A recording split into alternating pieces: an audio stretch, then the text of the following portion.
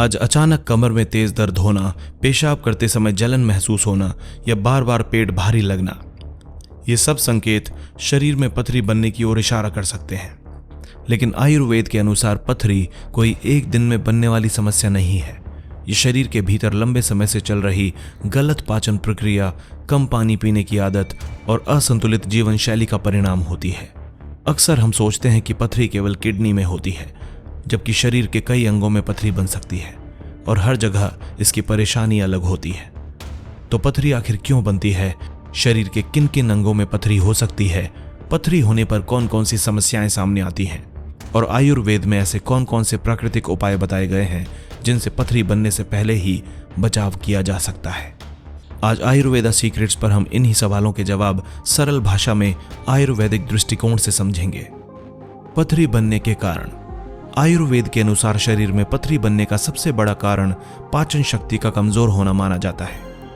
जब भोजन ठीक से नहीं पचता तो शरीर में अवशेष पदार्थ जमा होने लगते हैं। ये अवशेष धीरे धीरे सख्त होकर पथरी का रूप ले लेते हैं। आयुर्वेद बताता है कि पथरी बनने में मुख्य रूप से वात और कफ दोष का असंतुलन जिम्मेदार होता है। पथरी बनने के मुख्य कारण इस प्रकार हैं: कम पानी पीना, जिससे मूत्र गाढ़ा हो जाता है; बहुत अधिक नमक, तला भुना और भारी भोजन, जो पाचन को कमजोर करता है; रात को देर से भोजन करना और भोजन के बाद शारीरिक गतिविधि न होना; पेशाब को लंबे समय तक रोक कर रखना, जिससे मूत्र मार्ग ठीक से साफ नहीं हो पाता; फिजिकल एक्टिविटी की कमी और लंबे समय तक बैठे रहने की आदत। इन कारणों से शरीर का प्राकृतिक संतुलन बिगड़ता है और धीरे धीरे पथरी बनने की प्रक्रिया शुरू हो जाती है। शरीर के किन किन अंगों में पथरी हो सकती है?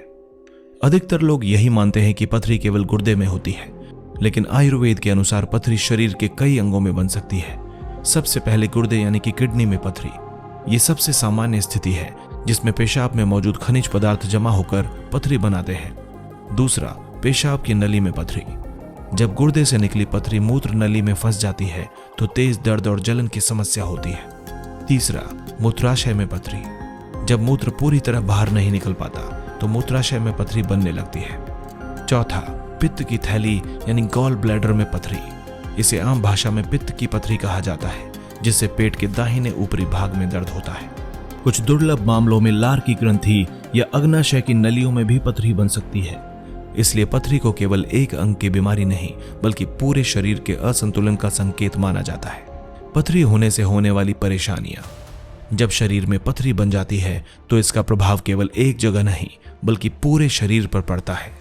किडनी या मूत्र नली की पथरी में कमर या पेट के निचले हिस्से में तेज दर्द होता है, जो कभी कभी जांघ तक फैल जाता है।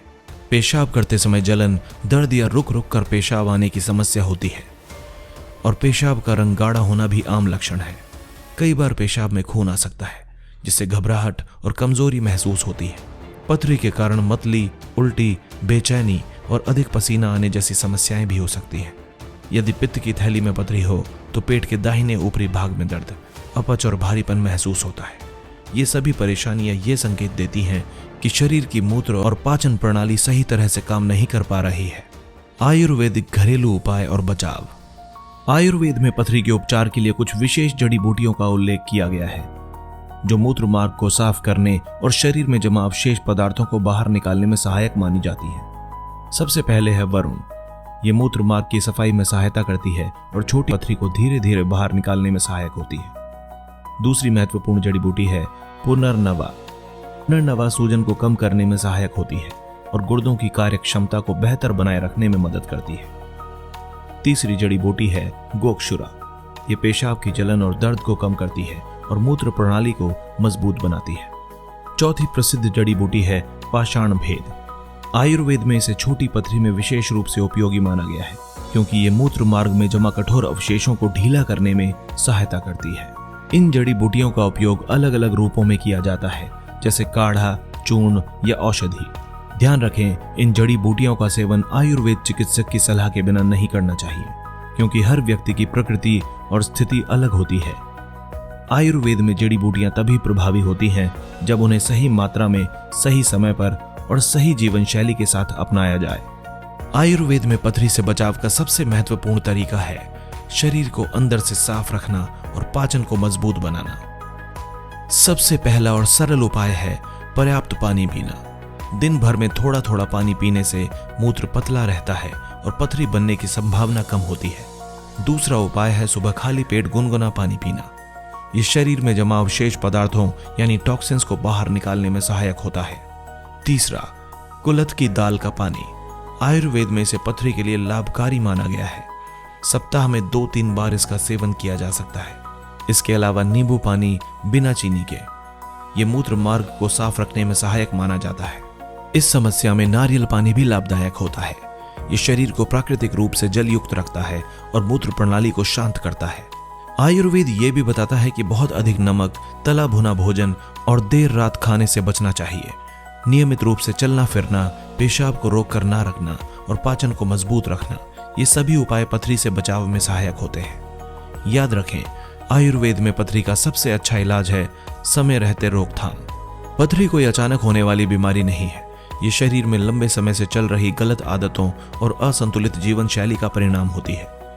आयुर्वेद हमें सिखाता है कि रोग होने के बाद इलाज करने से बेहतर है रोग होने से पहले ही शरीर को संतुलित रखा जाए। यदि समय रहते पानी पीने की आदत सुधारी जाए, पाचन को मजबूत रखा जाए और प्राकृतिक आयुर्वेदिक उपाय अपनाए जाए तो पथरी बनने की संभावना काफी हद तक कम की जा सकती है। आयुर योगा सीक्रेट्स पर हमारा उद्देश्य है आपको प्राकृतिक, सरल और आयुर्वेदिक ज्ञान देना, ताकि आप दवाओं पर नहीं, स्वस्थ जीवन शैली पर भरोसा कर सकें। इसलिए अपने शरीर के संकेतों को समझें और स्वास्थ्य को प्राथमिकता दें। जानकारी पसंद आई हो तो वीडियो को लाइक और शेयर जरूर करें और हमारे चैनल आयुर्वेदा सीक्रेट्स को सब्सक्राइब करना ना भूलें। मिलते हैं अगले वीडियो में, तब तक के लिए नमस्कार।